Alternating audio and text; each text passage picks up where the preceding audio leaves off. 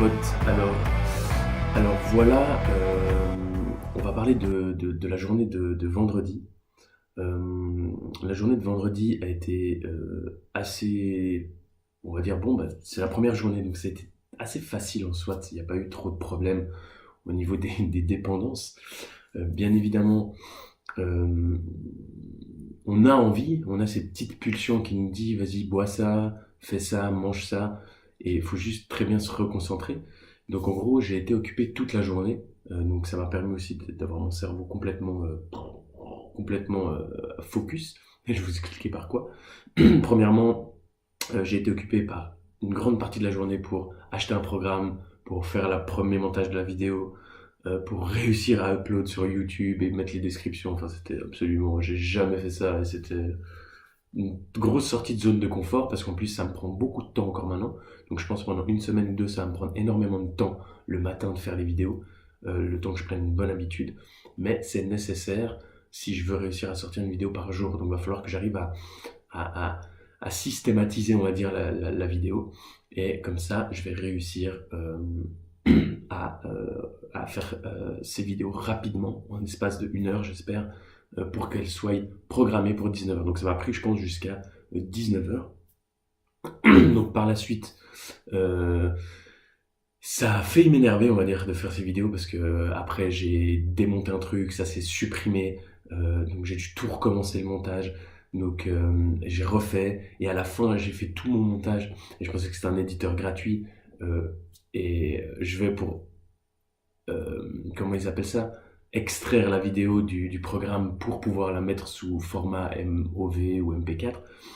Et voilà, qui me demande de payer, et ça m'a saoulé, donc j'ai payé, j'ai acheté le programme. Mais bref, ce que je veux dire par là, c'est que tout ce que vous allez faire, genre, ça prend beaucoup de temps au début. Pour vous dire, j'ai mis vraiment de 8 heures à midi et demi, 1 heure, pour vraiment faire la vidéo, qu'elle soit prête sur YouTube, être programmée pour 19 heures. Donc c'est vraiment hyper long, hyper long, hyper long. Donc j'ai dû m'y reprendre à 2, 3 fois. Donc paniquez pas, énervez, faut vraiment pas s'énerver. Et dites-vous juste simplement, c'est ce que je me répétais, euh, je sais faire du montage vidéo depuis toujours, je sais faire du montage vidéo depuis toujours, je sais faire du montage vidéo depuis toujours. Et répétez-vous ça et dites-vous que, euh, en fin de compte, vous êtes en train de monter genre un film à la Spielberg, tu vois, un truc où vous êtes le meilleur monteur vidéo qui existe et que là vous êtes sur un projet genre hors norme et que c'est très compliqué et qu'il faut être patient et qu'il faut prendre du temps. Et vous verrez que le fait de vous répéter ça, ben ça va beaucoup mieux et vous acceptez beaucoup plus facilement le fait de voir tout se supprimer, de voir tout recommencer. Mais bref, donc voilà, c'était un peu le résumé de ma matinée qui était très... voilà, vu que j'ai passé ma journée à faire, enfin ma matinée à faire ça. Donc par la suite, je suis allé faire mes premières courses avec ma copine, donc Keto. Donc vous verrez demain quand je vais me préparer le petit déjeuner comment ça va se passer. Donc ça demande en plus keto végétarien, donc il y a beaucoup de contraintes au niveau nourriture, parce que les bonnes graisses se trouvent souvent dans tout ce qui est poisson gras, du porc, de la viande, saucisses, charcuterie. Donc là, nada. Donc on va voir comment ça va se passer, mais je pense que ça va être très très bon, parce que j'ai commandé un livre de recettes qui a l'air excellent. Donc bref, après par la suite, donc j'ai continué donc pendant ma journée parce que bien évidemment ma vidéo, donc on est rentré du régime, enfin des courses, donc j'ai passé un peu de temps aussi avec ma copine, très important, Euh, très très important, notez bien ça. Euh, Si vous n'êtes pas en bonne move, en bonne mood, n'entreprenez rien. Parce que même si vous travaillez pendant 18 heures d'affilée, vous allez faire de la merde et ça va être catastrophique. Ce que je veux dire par là, c'est qu'une seule action réfléchie, une seule action très réfléchie, mise en œuvre au bon moment et avec une énergie positive, en vaut 1 million d'heures travaillées. 1 million d'heures travaillées. Sérieusement. Si vous n'êtes pas dans la mood de travail, que vous êtes en mode de dépression, ne travaillez pas 8 heures. On vous dit que pour être rentable, il faut bosser 8 heures, c'est faux. Il faut bosser 12 heures, c'est faux. Celui qui bosse 27 heures aura beaucoup plus que les autres, c'est faux. Parce que si vous bossez dans un mauvais état d'esprit, si vous faites des actions merdiques parce que vous n'avez pas réfléchi, ça va être pourrave comme résultat. Les résultats vont être pourraves et vous êtes bon pour tout recommencer. Ou alors, absolument vous éloigner de votre but. Donc après, vous rentrez dans ce cycle, vous vous levez le matin et vous vous dites, mais putain, mais qu'est-ce que j'ai fait? Alors c'est encore pire que la veille. Pourtant, je travaille bien. Donc, mais ça avance pas. Donc ce que je veux dire par là, c'est mettez-vous dans le crâne que c'est pas les heures de travail qui font que vous allez réussir. Alors je dis attention, c'est il faut travailler, mais travailler correctement, prendre les bonnes décisions au bon moment. Vous voyez ce que je veux dire? Donc, réfléchissez bien à ce que vous voulez, où vous voulez aller et dans quel état d'esprit vous êtes. Parce que si vous êtes absolument malheureux, que vous n'avez pas envie et que vous comprenez même pas pourquoi vous faites ce que vous faites, prenez un moment pour vous ressourcer. Méditez un coup, remettez-vous en question, pourquoi vous entreprenez ça, relisez la liste du why, du pourquoi, de votre pourquoi, de votre rêve, de pourquoi vous devez changer. Et surtout, visualisez beaucoup de choses. Visualisez en mode, euh, en fin de compte, où vous voulez aller. Imaginez, faites une stratégie, faites un plan. Faites un plan et remémorez-vous ce plan. Arrêtez toute activité que vous faites, remémorez-vous ce plan, lisez un livre et dites-vous, ok, où j'en suis maintenant? Et quelle est l'action que je peux entreprendre maintenant qui va appuyer sur le bon levier pour me faire grimper au niveau suivant? N'entreprenez pas des actions qui servent à rien. Et moi, je suis le champion du monde là-dedans, parce que moi, j'aime quand ça taf. Mais souvent, je brasse complètement de l'air. Donc, quelle action directe vous pouvez prendre qui a un impact pour appuyer sur un levier qui vous permet d'aller au-dessus? Donc, réfléchissez. Le processus de réflexion et le processus de visualisation et de l'état d'esprit est vraiment beaucoup plus important que l'action elle-même. Beaucoup plus important. Donc, réfléchissez très bien à ça. Pour vous donner une, une petite histoire, c'est Aristote Onassis, pour vous expliquer un peu vite fait ça, qui était un des hommes les plus riches de la planète à l'époque, dans la frette maritime. Post-guerre mondiale, donc bien évidemment, les bateaux étaient, on va dire qu'il y avait beaucoup de bateaux dans tous les ports, tous les gens qui faisaient du transport, donc concrètement, ne gagnaient plus leur vie. Genre les bateaux s'entassaient, donc ceux qui construisaient les bateaux aussi ne construisaient plus, parce qu'en l'occurrence, il y avait beaucoup trop de bateaux et pas du tout assez de demande et pas d'utilité pour ces bateaux. Donc les faits étaient quoi? Étaient que merde, on est dans la merde. Un bateau peut même plus se vendre, on peut même plus vendre nos transports tellement c'est la merde au niveau des prix, tellement il y a de bateaux entassés. Pour vous dire, il fallait même payer pour que quelqu'un prenne votre bateau. Il fallait le payer. Tellement post-guerre mondiale, c'était le bordel. Donc, bien sûr, les faits étaient là, il y avait beaucoup trop de bateaux, l'économie au niveau maritime s'effondrait, donc on était là en mode, on est perdu. Et ce qu'a fait Aristote Onassis, c'est qu'il était à la terrasse d'un café, et il a noté sur une feuille, et quelques petits calculs, et il s'est dit, c'est faux. Pourquoi il y a trop de bateaux? Parce que on était en guerre. Donc les gens, s'ils partaient en mer pour faire du transport du fret maritime, ils se faisaient clairement torpiller. Maintenant, la guerre est finie. Donc ça veut dire qu'il n'y a plus de risque. Et ça, les gens n'ont pas compris. Donc les gens vont retourner en mer. Maintenant, il a dit, si le transport revient au même niveau qu'avant guerre mondiale, il n'y aura toujours pas assez de bateaux. Pourquoi? Parce que la guerre mondiale a internationalisé la planète. Les Américains voulaient des produits italiens, les Italiens voulaient des produits américains, les Européens voulaient des produits chinois, les Chinois voulaient des produits européens. Donc il y aura beaucoup plus de transport. Et ça, c'était vrai. C'était en fait ça. Et il n'y a que lui qui l'a compris. Donc qu'est-ce qu'il a fait? Pendant 3 ans, il a amassé tous les bateaux quasiment gratuits, et en 3 ans supplémentaires, il est devenu l'homme le plus riche de la planète. Parce que, exactement comme il l'avait dit, tout avait décollé. Donc ce que je veux dire par là, c'est qu'une action extrêmement bien réfléchie vaut 1 millier d'heures de travail mal réfléchi.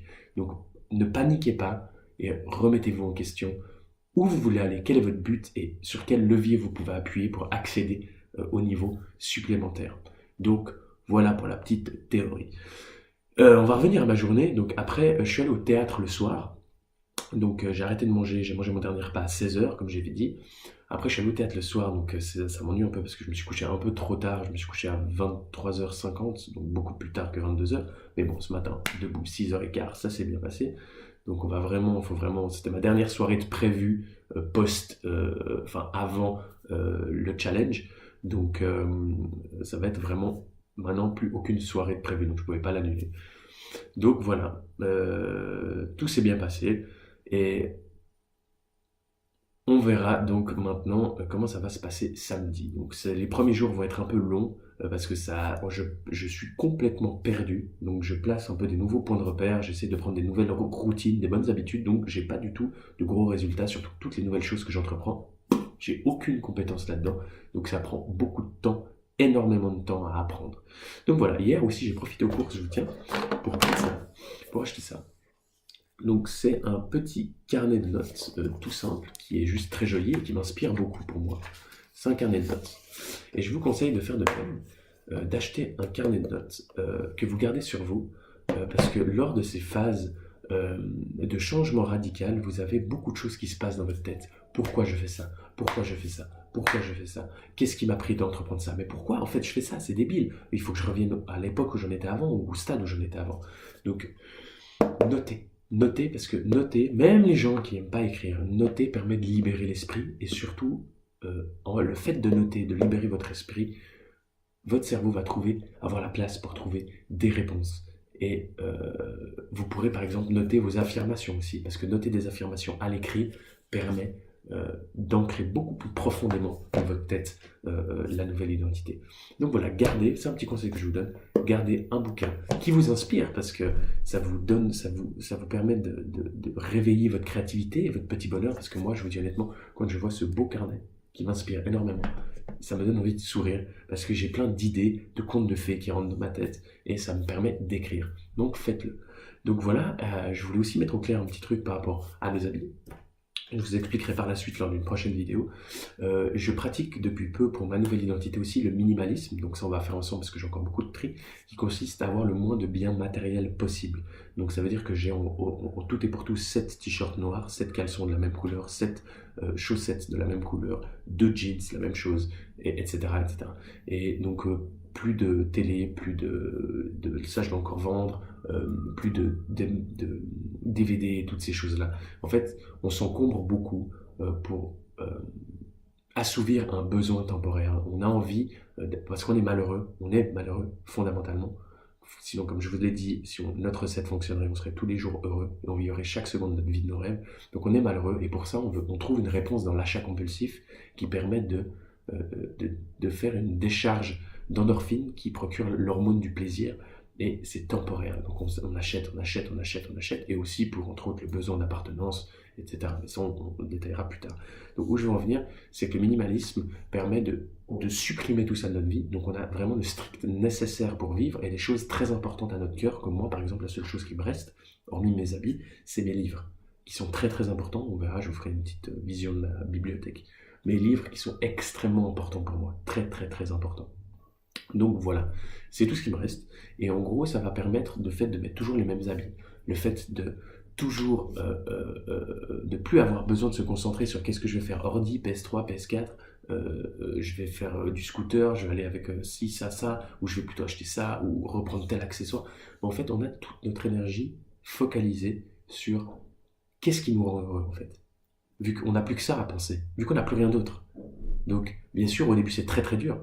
Mais vu qu'on n'a plus rien d'autre de superflu, quand on a procédé par élimination de ça, ça ne me correspond pas, ça ne me correspond pas, il reste quoi?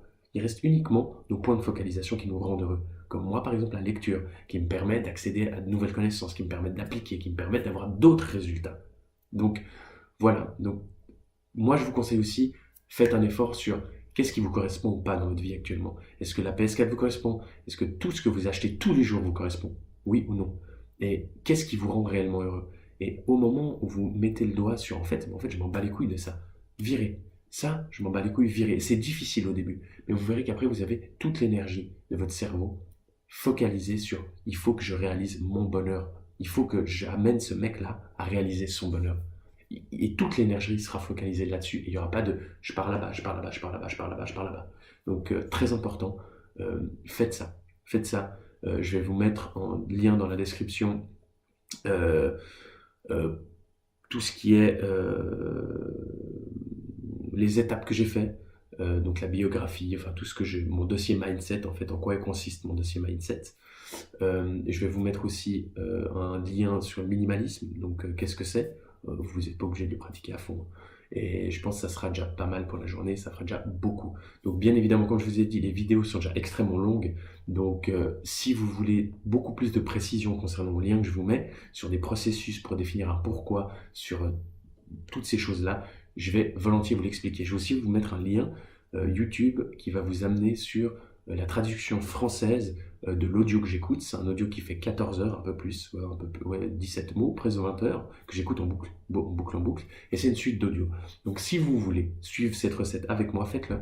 Mais comme je vous ai dit, vous avez un comportement qui vous amène pas du tout où vous voulez dans votre vie. Donc si vous continuez à faire les mêmes choses, vous aurez les mêmes résultats. Donc changez votre comportement. Acceptez des choses qui sont peut-être fondamentalement pas à cause d'une religion, à cause de beaucoup de préceptes de l'éducation ou du pays dans lequel vous êtes.